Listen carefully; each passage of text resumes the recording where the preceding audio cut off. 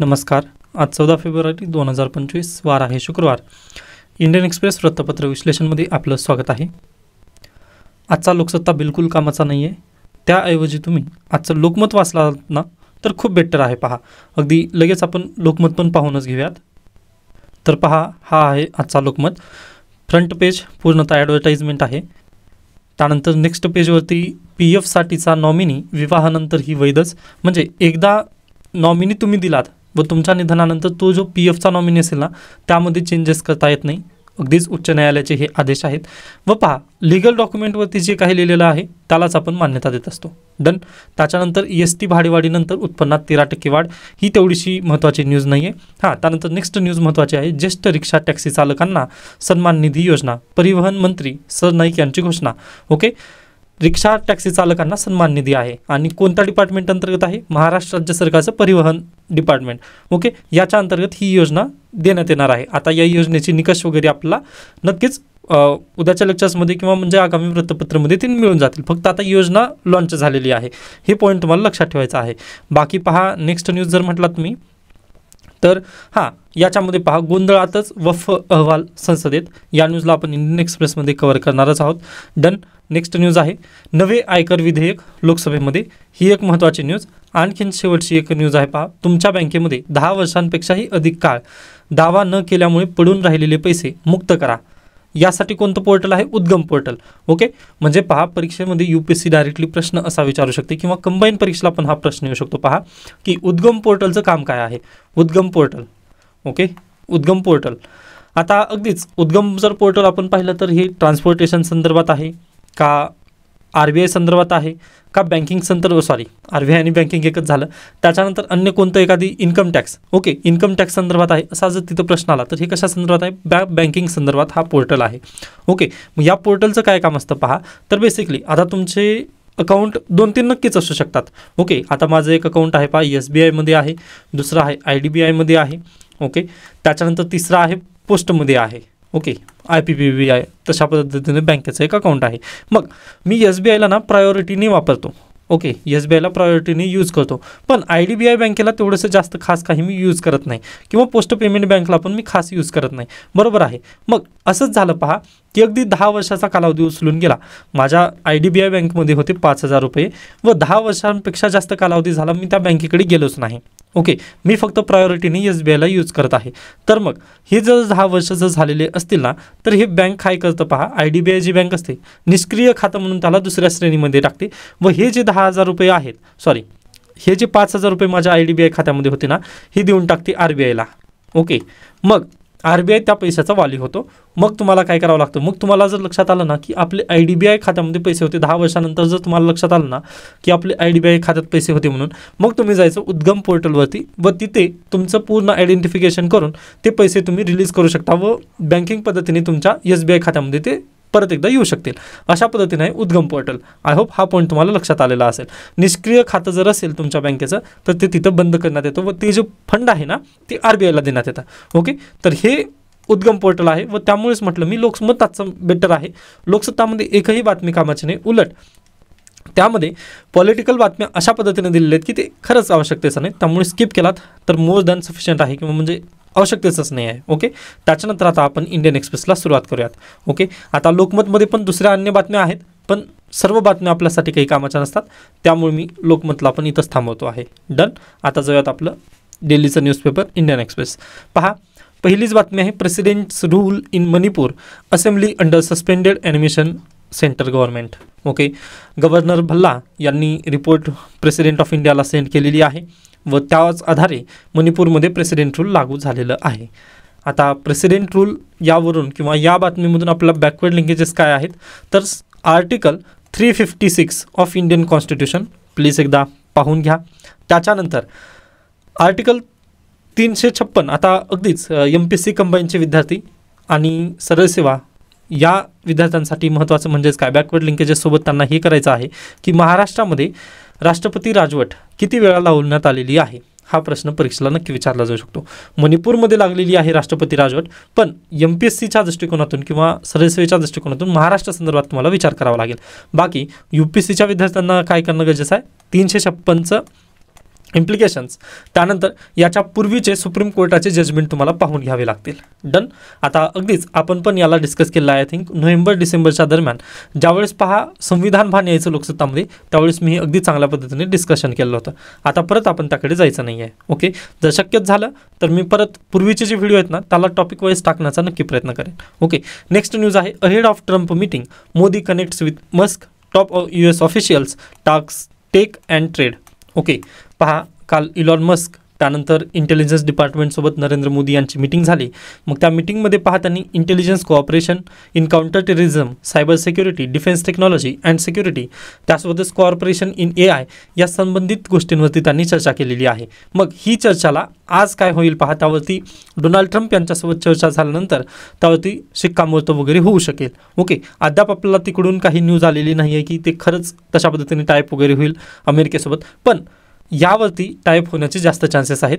व एस जयशंकर हे पण पंतप्रधान नरेंद्र मोदी यांच्या समवेत आहेत, त्यामुळे नक्कीच यावरती स्वाक्षरी होण्याचे जास्त चान्सेस आहेत. पहा कोणते कोणते विषय आहेत तर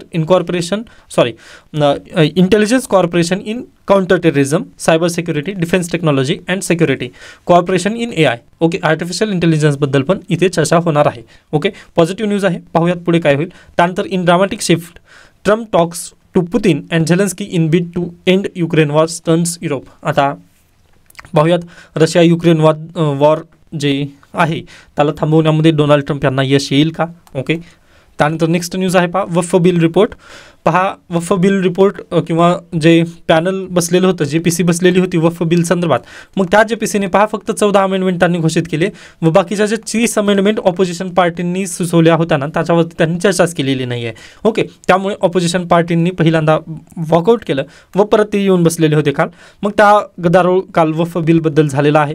परत आता याबद्दल चर्चा होणं अपेक्षित आहे व आज इंडियन एक्सप्रेसला तो आर्टिकल पण आलेला आहे की वफ बिलला आपण असं सोडू शकत नाही आहे. पहा तर आपण सर्वांना जे पार्लमेंटेरियन्स आहेत त्या सर्वांनी मिळून तिथं चर्चा होणं आवश्यकतेचं आहे. कारण जी JPC बसलेली होती त्यामध्ये 30 बिल यांनी सुचवले होते किंवा 30 अमेंडमेंट त्यांनी सुचवल्या होत्या, परंतु त्यामध्ये काही चर्चा जर झालेली नसेल तर फक्त एक साईडने हा बिल जाईल. या कारणानिमित्त यामध्ये चर्चा होणं खूप अपेक्षित आहे. आता पाहूयात आज पार्लमेंटमध्ये काय होईल. त्याच्यानंतर नेक्स्ट पार्लमेंटमध्ये आणखीन महत्त्वाची न्यूज जर म्हटलात ती पुढे पाहूयात आपण. तत्पूर्वी द अमृत भारत प्लॅन हा लक्षात घ्या. UPSC किंवा MPSC सरळ सेवा राज्यसेवा कंबाईन परीक्षेला हा प्रश्न येऊ शकेल. अमृत भारत प्लॅन काय आहे. ओके, अमृत भारत योजना. तर टोटल यामध्ये अमृत भारत योजनेमध्ये पहा टोटल 1337 स्टेशन्स कव्हर करण्यात येणार आहेत व महाराष्ट्रातील त्यामध्ये आहेत 132 स्टेशन्स. ओके, ही जी रेल्वे स्टेशन आहेत ना याचं पूर्णतः कायापालट करण्यात येणार आहे, म्हणजे मॉडर्न रेल्वे स्टेशन बनवण्यात येणार आहेत. यासाठी अमृत भारत योजना आहे. ओके, हा पॉईंट लक्षात ठेवा. 1337 ओव्हरऑल स्टेशन्स आहेत ऑल इंडियामधले. डन. त्याच्यानंतर आपण पुढे जाऊयात. पहा इंडियन एक्सप्रेसमध्ये पण पूर्णतः जर तुम्ही पाहिलात महाराष्ट्र सेंट्रिक वगैरे जे की पॉलिटिकल बेस्ड न्यूज आहेत त्यामुळे स्किप केलं तरी बेटर असेल. त्याच्यानंतर येतं global textile event India's largest. Okay, कुठे भरत आहे तर पहा भारत मंडपम येथे नवी दिल्ली येथे हे इव्हेंट भरत आहे व यामध्ये स्टेट पार्टनर्स कोणते कोणते उत्तर प्रदेश, मध्य प्रदेश, तमिळनाडू, कर्नाटक, गुजरात आणि महाराष्ट्र. सरळ सेवा कंबाईनला हा प्रश्न येऊ शकेल. पहा की भारत टेक्स्टाईल जे मीटिंग झाली होती किंवा एक्झिबिशन झालेलं होतं नवी दिल्ली फेब्रुवारी 2025मध्ये, त्यामध्ये स्टेट पार्टनर कोण कोण होते. त्यामध्ये महाराष्ट्र होता का तर बिलकुल यस. ओके, ही बातमी थोडी तुम्हाला खास लक्षात ठेवायची आहे. डन. त्याच्यानंतर पुढे पहा काँग्रेसचे प्रदेशाध्यक्ष बदलण्यात आलेले आहेत. हर्षवर्धन सपकाळ काँग्रेसचे नवे प्रदेशाध्यक्ष आहेत महाराष्ट्र संदर्भात. ओके, पुढे जाऊयात आपण. त्यानंतर नेक्स्ट आर्टिकल आहे पहा the heat of the moment. Okay, आत्ता आपण लोकमत पाहत असताना छोटी एक न्यूज आली होती पहा कोपऱ्यात की मुंबईमध्ये 36 डिग्रीचा पारा झालेला आहे. ओके, म्हणजेच काय तापमान वाढत आहे व तापमान वाढलं म्हणजेच काय हीट वेव्ह आता येत आहेत. मग हीट वेव्ह संदर्भात हा आर्टिकल आलेला आहे. आता पहा प्री इंडस्ट्रियल रिव्होल्यूशन इरा जर तुम्ही पाहिलात म्हणजे औद्योगिकरण होण्याच्या पूर्वीचा जर इरा पाहिलात ना तर तेव्हा म्हणजे अगदीच शांत वातावरण होतं किंवा म्हणजे अगदी पहा काम सिच्युएशन तिथं होती. बरोबर, एवढं तापमान वगैरे वाढलेलं होतं का पूर्वी तर बिलकुल नाही, पण आज घडीला तुम्ही पाहिलात तर तापमान खूप वाढलेलं आहे. बरोबर. त्याच्यानंतर सर्वात जास्त तापमानाचं जे वर्ष ठरलेलं आहे ते 2024 ठरलं, त्यामध्ये 1.5 डिग्री सेल्सिअसने तापमान वाढलेलं होतं. पहा मग या न्यूजकडे जर पाहिलं आपण तर आपल्याला सांगता येतं का की आपण परत एकदा हे 1.5 डिग्री सेल्सिअस होतं त्याला मायनस करता येईल का आपल्याला. किंवा प्री इंडस्ट्रियल रिव्होल्यूशन इरामध्ये आपला परत जाता येईल का वापस? तर बिलकुल जाता येणार नाही. पहा, जे क्लायमेट चेंज झालेलं आहे किंवा जे तापमानवाढ झालेली आहे ती तापमानवाढ आता आपण रोखू शकतो का? तर बिलकुल नाही. हां, पण या 1.5 डिग्री सेल्सिअसपेक्षा जास्त तापमानवाढ जाऊ नये यासाठी नक्की प्रयत्न करू शकतो. पहा, जे झालेलं आहे त्याला आपण बदलू शकत नाही, पण ह्याच्या पुढे गेल्यानंतर पण असं काही चेंजेस होऊ नयेत यासाठी आपण नक्की प्रयत्न करू शकतो. मग यासाठीच हा आर्टिकल आहे. पहा, बेसिकली त्यांचं म्हणणं काय आहे की क्लायमेट चेंज झालेलं आहे, मान्य आहे, पण आपण आता जे 1.5 डिग्री सेल्सिअस जे तापमान वाढ झालेली आहे त्याला आपण कमी करू शकत नाही. पहा, आणि ही आपल्याला पहिल्यांदा इथं एक्सेप्ट करावं लागेल. ओके, आपलं टार्गेट होतं पहा याच्यापूर्वी की 1.5 डिग्री सेल्सिअसला आपण 1.5 डिग्री सेल्सिअस जी तापमानवाढ आहे ती आपला 2030 पर्यंत रोखायची होती, त्याला तिथं सेंड करायचं होतं, परंतु ते आपण टार्गेट रोखू शकलो का? तर बिलकुल नाही. तर 2024लाच ते आपण अचीव केलं. ओके, 2024मध्येच 1.5 डिग्री सेल्सिअसने तापमानवाढ झालेली आहे. मग आता त्या टार्गेटला आपल्याला अचीव करता येत नाही. पण अगदी हे 1.5 डिग्री सेल्सिअस जे झालेलं आहे ते जाऊ द्यात, पण आता इथं काय करायचं आहे पहा, ह्या 2 डिग्री सेल्सिअस होऊ नये यासाठी सर्व देशांनी प्रयत्न करणं गरजेचे आहेत. पण यामध्ये बॉस अमेरिका खरंच मदत करेल का? हा थोडासा प्रश्नचिन्ह आहे. पण त्याच्याकडे न जाता आपण आपल्या पद्धतीने काय करणं आवश्यकतेचं आहे किंवा आपण आपल्या देशासाठी काय करू शकतो हे पण आपल्याला पाहावं लागेल. ओके, तर पहा, आता थोडक्यात जर सांगायचं म्हटलं तर हीट वेव्स. ओके, सर्वांना माहिती आहे आपल्या भारत देशामध्ये हीट वेव्सचं प्रमाण पण जास्त आहे, बरोबर. आपण विषुववृत्ताच्या अगदी पहा, विषुववृत्त आपल्याजवळ नसला तरी आपण कुठे कॅन्सर रेषेवरती आहोत नक्की, बरोबर आहे. म्हणजे ट्रॉपिक ऑफ कॅन्सर आपला नक्कीच जवळ आहे, म्हणजे आपल्या राज्यांमधून ते जातं. यामुळे पहा, आपल्याकडे उन्हाळा तेवढा जास्त तीव्र नसला तरी पण आपल्याकडे जे साऊथ इंडिया जे स्टेट्स आहेत ना तिथे थोड्याशा उन्हाच्या झळा नक्कीच बसतात आपल्याला. त्याच्यानंतर महाराष्ट्रातील विदर्भ नागपूर एरिया जर तुम्ही पाहिला तर अगदीच तिथे पण जास्त उन्हाच्या झळा आहेत, बरोबर. मग हेच काय आहेत पहा, हीट वेव्स आहेत. हीट वेव्समुळे काय होतं पहा, आता अगदीच जास्त काही डीपली वगैरे जास्त काही आपण सायंटिफिक न जाता तुमच्या शरीरावर काय काय परिणाम होतात ते नक्कीच आपण शिकू शकतो. पहा, तर ज्यावेळेस उन्हाळा येतो ना, उन्हाळ्यात तुम्ही स्टडीला जास्त वेळ बसू शकता का? तर बिलकुल नाही. पहा, का बसू शकत नाही? तर आपलं एनर्जी जी असते ना ती खूप लो होत असते पाण्यामुळे किंवा बॉडीमध्ये डिहायड्रेशन पण होत असतं. पहा, ओके, त्यामुळे सर्वजण सांगत असतात की जास्त पाणी पित राहणं गरजेचं आहे उन्हाळ्यामध्ये. का? तर डिहायड्रेशन होतं. त्यानंतर एक्सेस एनर्जी तिथं फ्लो होते. पहा, म्हणजे अगदी जास्त एनर्जी आपल्याला तिथं बॉडीला लागत असते. कारण पहा, अगदीच बॉडी कुलिंगसाठी ना जे पाणी आपण शरीरात इनटेक केलेलं आहे ते लगेच बाहेर काढावं लागतं, बरोबर, शरीराला. मग यासाठी त्यांनी काय पहा, आपल्या बॉडीची जी एनर्जी आहे ना ती जास्त तिथे प्रमाणात खर्च होत असते. ओके, मग अगदीच याचमुळे काय होतं पहा, आपण जे वर्क करणार आहोत किंवा आपण स्टडीला बसल्यानंतर उन्हाळ्यात जास्त वेळ आपण स्टडीला बसवू शकत नाही. जे एन्ड्युरन्स तुमचं हिवाळ्यामध्ये असतं ना तेच तुम्हाला पहा उन्हाळ्यामध्ये तशा पद्धतीने मिळत नाही. का? तर पहा, हिवाळ्यामध्ये एनर्जी प्रिझर्व होऊ शकते, परंतु उन्हाळ्यामध्ये एनर्जी प्रिझर्व करायला जास्त राहतच नाही. कारण एक्सेस हीटमुळे ना आपल्या बॉडीला थंड मेंटेन करण्यासाठीच ती एनर्जी खर्च होत असते. हा झाला मुद्दा आपल्या बॉडीविषयी. अगदी त्याच धर्तीवर पहा, हा मुद्दा तुम्ही आपल्या एन्व्हायरमेंट संदर्भात पण घेऊ शकता. आता अगदीच जर तुम्ही पाहिलात, आता तुम्ही घरात राहता, घरात राहिल्यानंतर पहा ज्यावेळेस स्लॅब वगैरे तापतात आपले, म्हणजे जे छत आहेत ते तापले ना की आपल्याला काय व्हावं लागतं पहा, उकडायला लागतं किंवा म्हणजे अगदीच गरम व्हायला लागतं घरामध्ये, बरोबर. मग त्यावेळेस आपण काय करतो पहा, कूलर किंवा AC वगैरे तिथं ऑन करतो. मग AC किंवा कूलर ऑन केल्यानंतर तिथं पण एनर्जी लागेल का? नाही, इलेक्ट्रिक एनर्जी तिथं बिलकुल लागेल. ओके, मग इलेक्ट्रिसिटी तिथं जर जास्त पास होत असेल तर इलेक्ट्रिसिटीची तिथं मागणी वाढली का कमी झाली? तर बिलकुल वाढली. यासोबतच पहा, पाण्याची मागणी वाढली का कमी झाली? तर बिलकुल वाढली. म्हणजेच काय, तापमान वाढाचे परिणाम आपल्या बॉडीसोबतच आपल्या एन्व्हायरमेंटवरती पण भरपूर आहेत. जसं मी म्हटलं ना, इलेक्ट्रिसिटीची मागणी वाढेल, त्यानंतर कूलिंगसाठी आपल्याला काय वाटर पण तिथं जास्त मागणी लागेल. पण आपल्याला तेवढ्या प्रमाणात जेवढं हिवाळ्यात पाणी मिळेल तेवढं उन्हाळ्यात पाणी मिळू शकेल का? तर बिलकुल मिळणार नाही.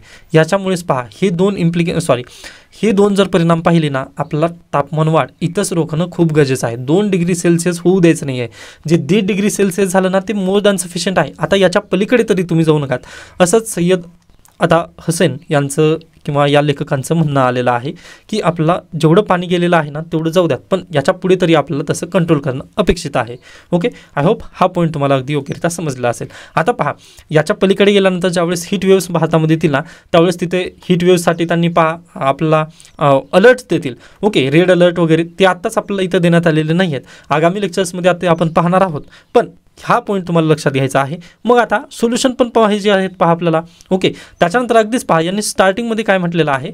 आता अगदी स्टार्टिंग बेस्ट आहे यांची. पहा, लेखकांनी स्टार्टिंगमध्ये म्हटलेलं आहे की ज्यावेळेस डिझास्टर येतं ना त्यावेळेस आपल्याला असं वाटतं की आपल्यासाठी नाही आहे ते, तर आपल्या शेजाऱ्यासाठी ते डिझास्टर नक्की येईल, परंतु आपल्यासाठी कधीच आपल्यावर डिझास्टर वगैरे येणार नाही असं प्रत्येकाला वाटतं. परंतु पहा, जेव्हा डिझास्टर येतं ना त्यामध्ये आपला पण तिथं लॉस होतच असतो. त्यामुळे अगदी संदर्भात जर तुम्ही म्हटलात, अमेरिका काय करत आहे, परत एकदा प्लास्टिककडे जात आहे ते. ओके, मग क्लायमेट चेंज नक्कीच झालेला आहे व क्लायमेट चेंज होणार पण आहे. मग ज्यावेळेस भारताला परिणाम होईल ना त्यावेळेस अमेरिकेला परिणाम होणार नाही आहे का, तर बिलकुल होणार आहे.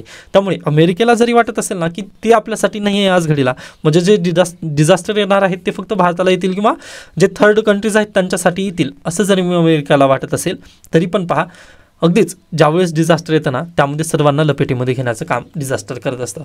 त्यामुळे याला मॅनेज करणं खूप गरजेचं आहे. मग यासाठीच नॅशनल डिझास्टर मॅनेजमेंट अथॉरिटी यांनी पण प्रयत्न घेत आहेत की अवेअरनेस प्रत्येक नागरिकाला व्हावी यासाठी. आता अगदीच तुम्ही पाहिलात तर लोकमतमध्ये मी म्हटलं ना 36 डिग्री सेल्सिअस मुंबईचं तापमान तिथं जाणार आहे, बरोबर. मग एवढं जर जास्त तापमान गेलं तर पहा आपली बॉडी तेवढ्या चांगल्या पद्धतीने काम करू शकत नाही. मग यासाठी आपल्याला काय करणं गरजेचं आहे पहा, तर आपले जे वर्किंग हार्स आहेत त्यामध्ये पण चेंजेस तिथं आपण करू शकतो. ओके, म्हणजे मी सोल्युशन देतोय पहा लगेच याची. तर आता अगदीच तुम्ही पहा, जे शाळेमध्ये जाणारे विद्यार्थी असतात ना त्यांचं इथं टायमिंग चेंज करून दिलं जातं. पहा ज्यावेळेस उन्हाळा लागतो ना त्यावेळेस अगदीच त्यांच्या टायमिंगमध्ये चेंज केला जातो. मग अगदी जे वर्किंग हार्स आहेत, म्हणजे एम्प्लॉयमेंटचे जे वर्किंग हार्स आहेत ना त्यामध्ये पण चेंजेस करणं खूप गरजेचे आहेत. त्यावेळेस त्यासोबतच पहा वर्क फ्रॉम होम जर झालं तर जेवढं शक्य होईल तेवढं घरी बसून तुम्ही काम देणं अपेक्षित आहे तिथे. त्याच्यानंतर या सर्वांमध्ये ही सर्वात महत्त्वाचं काय आहे तर अवेअरनेस. पहा सिटीजनमध्ये हीट वेव्हची अवेअरनेस असणं खूप गरजेचं आहे, कारण हीट वेव्ज याच्यापूर्वी जास्त व्हायचे नाहीत. पहा 2015च्या काळामध्ये तेवढे जास्त हीट वेव्स यायचे नाहीत, परंतु 2015च्या नंतर त्यानंतर पहा 2020च्या नंतर तर खूपच हीट वेव्स आपल्या भारतामध्ये येत आहेत. मग यासाठी सर्व सिटीजन्समध्ये अवेअरनेस असणं खूप गरजेचं आहे. ओके, अवेअरनेस असल्यानंतर काय होतं पहा, ज्यावेळेस आपण घर पण बांधतो, ओके, घर बांधताना पण आपण अगदी व्हेंटिलेशनसाठी तिथं जागा वगैरे सोडू शकतो, जेणेकरून पहा आपले व्हेंटिलेशन जर योग्य पद्धतीने जर कार्यरत असेल ना तर आपलं जे स्लॅब्स वगैरे आहेत किंवा म्हणजे जे छत आहेत ना ती योग्यरित्या तिथे थंड वगैरे होऊ शकतील किंवा ते कूलिंग प्रोसेस लवकर तिथं प्राप्त होईल. अन्यथा अगदीच शहरांमध्ये जर तुम्ही पाहिलात सिटीमध्ये तर हॉटस्पॉट क्रिएट होत आहेत, हीटवेव्हचे हॉटस्पॉट क्रिएट होत आहेत. आता अगदी पहा हे 2 ते 3 वर्षापूर्वीचा आर्टिकल होता. 2021मध्ये द हिंदूने आर्टिकल छापलेला होता. हॉटस्पॉट म्हणजे हीटवेव्हचे हॉटस्पॉट आपल्या देशामध्ये तयार होत आहेत. का तयार होत आहेत तर पहा व्हेंटिलेशन योग्य पद्धतीने झालेलं नाही आहे, सिटी प्लॅनिंग योग्य पद्धतीने नाही आहे. इंडस व्हॅलीमध्ये आपला अगदीच रस्त्यांचं वगैरे तिथं प्लॅनिंग चांगल्या पद्धतीने होतं, पण आज घडीला तुम्ही पाहता म्हणजे तुमच्या शहरामध्ये जरी पाहिलात ना तर तिथे योग्य पद्धतीने व्हेंटिलेशनसाठी जागा वगैरे राहिलेली आहे का किंवा सिटी प्लॅनिंग आहे का, तसं तर बिलकुल नाही आहे. आता अगदीच पुणे मुंबई या ठिकाणी पण तीच पद्धत झालेली आहे. त्यामुळे हीटवेव्हचे ही हॉटस्पॉट तयार होत आहेत. मग यासाठी सर्वात महत्त्वाचं काय तर अवेअरनेस पाहिजे सिटीजन्समध्ये. मग जर ज्यावेळेस अवेअरनेस येईल सिटीजन्समध्ये तर अगदी पहा आपण जे काय म्हणतो कूलिंगसाठी जो खर्च करणार आहोत, त्यानंतर पहा इलेक्ट्रिकसाठीचा जो खर्च करणार आहोत तो नक्कीच तिथं वाचवू शकेल. त्यानंतर आपल्या हेल्थवरती पण त्याचे परिणाम होणार नाहीत. यासाठी आपलं पहिल्यांदा काय करणं गरजेचं आहे, अवेअरनेस सिटीजन्समध्ये क्रिएट करणं खूप गरजेचं आहे. आय होप हा आर्टिकल समजलेला असेल. सोल्युशन तुम्हाला सांगितले 3 सोल्युशन मी दिलेले आहेत व अगदी प्रॉब्लेम पण तुम्हाला सांगितलेले आहेत. डन. त्याच्यानंतर आपण पुढे जाऊयात. इथे आपल्यासाठी महत्त्वाचं आर्टिकल नाही आहे बेसिकली. त्यानंतर government introduces IT bill, ask speaker to send it to select panel. आता पहा काल इन्कम टॅक्स बिल आलेलं आहे पार्लमेंटमध्ये. मग याबद्दल एक समिती नक्कीच बसेल, जॉईंट पार्लमेंटरी कमिटी बसेल. मग आता पाहूयात त्यांनी काय सुधारणा वगैरे तिथं देतील. त्याच्यानंतर आता हे IT बिलमध्ये काय काय देण्यात आलेलं आहे नेमकं ते पाहूयात आपण. एकच मिनिट, नेक्स्ट पेजवरती ते आर्टिकल आलेलाच आहे. तर पहा पूर्वी ना आता अगदीच पहा जे नवीन बिल येत आहे 2025 IT बिल 2025 हे कोणत्या बिलची जागा घेणार आहे किंवा कोणत्या ॲक्टची जागा घेईल तर 1961चा जो इन्कम टॅक्स ॲक्ट आहे ना त्याची हा IT बिल नवीन 2025 हा जागा घेईल. मग पूर्वीचा 1961चा जो कायदा आहे ना त्यामध्ये 47 चॅप्टर होते, पण आताचं बिल जे मांडण्यात आलं ना त्यामध्ये 23 चॅप्टर आहेत. म्हणजे पूर्वीचं जे बिल होतं ना ते खूप बल्की होतं, ओके, पण आताचं बिल सर्वसामान्य जनतेला समजेल अशा पद्धतीचं बिल आहे.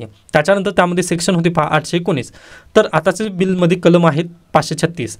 त्यानंतर शब्द किती आहेत पहा 5.12 लाख शब्द होते, आता 2.60 लाख शब्दच एवढे राहिलेले आहेत. म्हणजे काय करण्यात आलं आहे पहा समराईज किंवा अगदी बल्की बिलला थोडंसं कमी करण्याचा प्रयत्न केला गेला आहे व ते सर्वसामान्य जनतेसाठी खूपच महत्त्वाचं आहे. डन. आता प्रत्येक शेड्यूलसाठी आपल्याला गरजेचं नाही आहे पहा एवढं डिटेलमध्ये आपल्याला वकील बनायचं नाही आहे खरं पाहिलं तर. ओके, इन्कम टॅक्सचे जे लॉ असते तेवढं तुम्ही प्लीज डीपमध्ये जाऊ नका. हां, परीक्षेला फक्त एवढं महत्त्वाचं आहे की हे पूर्वीचं बिल बल्की होतं व आताचं बिल थोडंसं स्मॉल झालेलं आहे व यासाठी तुम्ही ही आकडेवारी नक्की लक्षात ठेवायचं आहे. ओके, म्हणजे मेन्स आन्सर रायटिंगला लिहित असताना तुम्हाला हे मदत करेल डाटा, यासाठी मी हा मुद्दा तुम्हाला फक्त लक्षात ठेवण्यासाठी सांगितला. त्याच्यानंतर नवीन बिलमध्ये काय काय करण्यात आलेलं आहे, सर्वात महत्त्वाचं म्हणजे पहा, क्रिप्टोकरन्सी ॲज अ प्रॉपर्टी. आज घडीला जर तुम्ही पाहिलात, क्रिप्टोकरन्सीवर तुम्हाला टॅक्स वगैरे लागतच नाही आहे. का तर क्रिप्टोकरन्सीला आपण ट्रॅक करू शकत नाही आहे. पहा, हां, ब्लॉकचेन टेक्नॉलॉजीवरती जरी ते आधारित असलं तरी भारत सरकार क्रिप्टोकरन्सीला तशा पद्धतीने मान्यता दिलेलं आहे का, तर बिलकुल दिलं नाही. पण IT ॲक्टमध्ये आता क्रिप्टोकरन्सी हा शब्द आलेला आहे. त्यामुळे पहा, क्रिप्टोकरन्सीमधून जर तुम्ही इन्कम घेत असाल किंवा तुमची जर क्रिप्टोकरन्सीमध्ये इन्कम तुम्ही इन्व्हेस्टमेंट केलेला असाल तर तुमची काय ती प्रॉपर्टी होणार आहे. ओके, प्रॉपर्टी म्हटल्यानंतर काय तुमच्यावरती इन्कम टॅक्स लागेल का, तर बिलकुल यस, इन्कम टॅक्स क्रिप्टोकरन्सीवर लागू शकतो. आता नेक्स्ट, सोशल मीडिया ॲक्सेस. पहा, 1961ला सोशल मीडिया होतं का, तसं बिलकुल नव्हतं. मग 1961च्या कायद्यामध्ये सोशल मीडियाबद्दल काही देण्यात आलेलं नव्हतं, पण आता सोशल मीडियाचं ॲक्सेस घेण्यात आलेलं आहे. Okay, virtual digital space. आता इन्कम टॅक्सबद्दल थोडंसं जर सांगायचं म्हटलं तर पहा, आता मी आहे, माझी इंस्टाग्राम प्रोफाईल आहे. ओके, मग मी इंस्टाग्राम प्रोफाईलमध्ये काय केलं पहा, अगदीच USA गेलेले फोटो आहेत माझे, त्यानंतर दुबई. ओके, म्हणजे अगदी मी मोठ्या मोठ्या शहरांमध्ये किंवा मोठ्या मोठ्या देशांमध्ये जाऊन फिरून आलेला आहे. ओके, अशा पद्धतीचे तिथं पिक्स वगैरे अपलोड केलेले आहेत. पण ज्यावेळेस मी भारतामध्ये येतो ना, त्यावेळेस मी एकदम गरीब आहे. ओके, म्हणजे अमेरिकेत वगैरे जाऊन आलेलं आहे. व इंस्टाग्रामची प्रोफाईल जर तुम्ही पाहिलात, माझी इंस्टाग्रामची प्रोफाईल जर पाहिलात ना, तर मी खूप श्रीमंत आहे. पण ज्यावेळेस ज्यावेळेस मी रियालिटीमध्ये किंवा भारतामध्ये येतो, ओके, आपल्या देशामध्ये ज्यावेळेस राहतो ना, त्यावेळेस मी एकदम गरीब. ओके, म्हणजे एकदम फाटके कपडे वगैरे तशा पद्धतीने घालतो किंवा म्हणजे अगदी मी भिकारी टाईप जीवन जगतो असं दाखवतो भारतामध्ये. ओके, व इंस्टाग्रामची प्रोफाईल माझी वेगळीच आहे. मग यामध्ये होतं आहे काय पहा, अगदी माझ्याजवळ पैसा किती आहे ही मी गव्हर्नमेंट ऑफ इंडियाला दाखवत आहे का, माझी इन्कम डिस्क्लोज करत आहे का, तर बिलकुल नाही. मग आता काय करत आहे पहा, गव्हर्नमेंट ऑफ इंडिया तुमच्या सोशल मीडियाचा ॲक्सेस घेईल. ओके, व अशा पद्धतीने जर एखादा व्यक्ती अगदीच तो स्वतःला श्रीमंत वगैरे दाखवत आहे तर त्याची इथं नक्की चौकशी होऊ शकते. पहा, कारण इथं मी काय करत आहे, माझी इन्कम लपवत आहे. आता अगदीच माझ्याजवळ पैसे असतील त्यावेळेसच मी USA वगैरे ट्रिप फिरून येत आहे ना, आणि आता म्हणजे डायरेक्टली जर खरंच मी भिकारी असेल तर जाऊन येऊ शकतो का, तर बिलकुल नाही. मग अगदी त्याचसाठी हे सोशल मीडियाचं ॲक्सेस वगैरे घेण्यात येणार आहेत.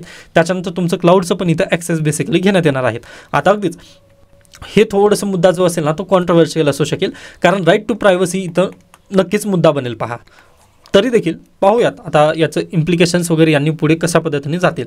पण सोशल मीडियाचं यांनी ॲक्सेस तिथं बेसिकली मागितलेला आहे, किंवा डिजिटल स्पेस ही जी पद्धत आहे ना, व्हर्च्युअल डिजिटल स्पेस ही डिफाईन करण्यात आलेला आहे आता. ओके, तर हा पॉईंट एक महत्त्वाचा इथं बेसिकली ठरत आहे. त्याच्यानंतर पहा, डिस्प्यूट रिझोल्युशन. अगदी मागे पण होतं, आता पण डिस्प्यूट रिझोल्युशन आहे. त्यानंतर शॉर्टर आणि सिम्पलर असेल, म्हणजे हे जे बिल आहे ना ते अगदी शॉर्ट बट स्वीट आहे, लक्षात घ्या. त्याच्यानंतर पूर्वी असेसमेंट इयर यायचं, तुम्ही ज्यावेळेस ITR फाईल करताना त्यावेळेस तिथे यायचं assessment year, for the assessment year. आता असेसमेंट इयरऐवजी त्यांनी टॅक्स इयर देणार आहेत.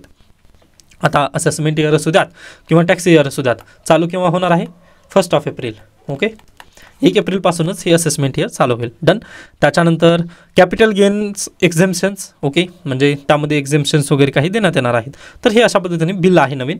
आता पाहूयात, यामध्ये JPC नेमण्यात आली, त्यानंतर यामध्ये काही सुधारणा केल्या गेल्या, त्यावेळेस आपण याला डिटेलमध्ये रिव्ह्यू करणार आहोत.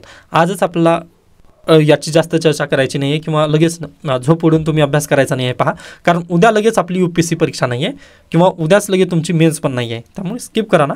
फक्त जेवढे महत्त्वाचे मुद्दे आहेत ते आपण आता शिकलेले आहेत.